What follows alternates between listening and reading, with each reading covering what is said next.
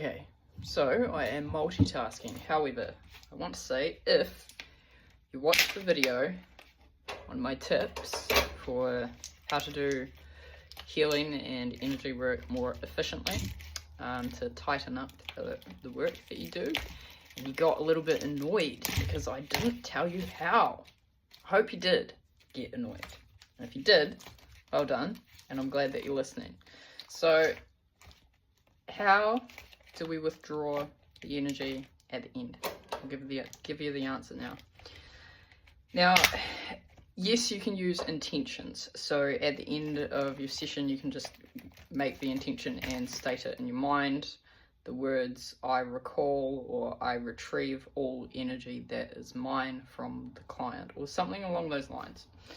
Just setting the intention is definitely helpful. I've been out tonight and now I'm cooking my dinner. So yeah, you can set those intentions. Number two, depending on modality, some people will start the practice at the head or they'll start at the feet. In different cultures with energy healing, some parts are more tapu, so or sacred, and that means you start at a different place. Now, for those that start at the feet, you're anchoring your client into their body when you sort of start with the feet and bring them into the vessel and into the soul.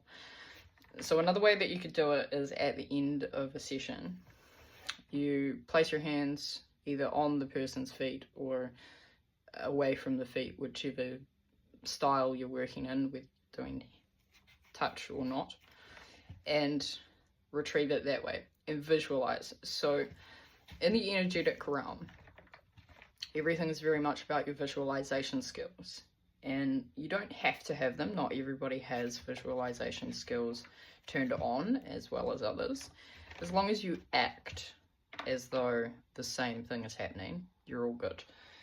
But if you visualize in your mind that there is a separate color being drawn out of that person at the end, that is yours, that is your essence, to make sure that that stuff comes back through.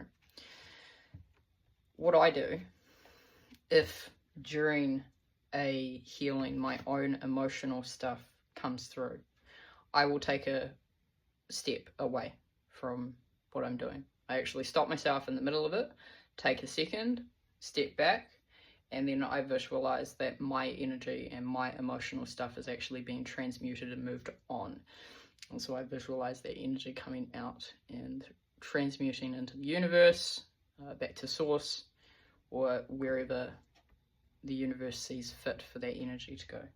So that is how you retrieve. You can visualize and hold your hands and visualize that all of your energy is coming back through the vessel. Just as it comes out, you can suck back in all the stuff that's yours and make sure that you recycle it. So if you are pulling back your own emotional stuff, you can then send it up, you can send it back out. So everything is just like a vortex of energy. You're the vortex, or the vessel that's holding the vortex, and you can transmute that stuff, pay mind to what that stuff is, move it on.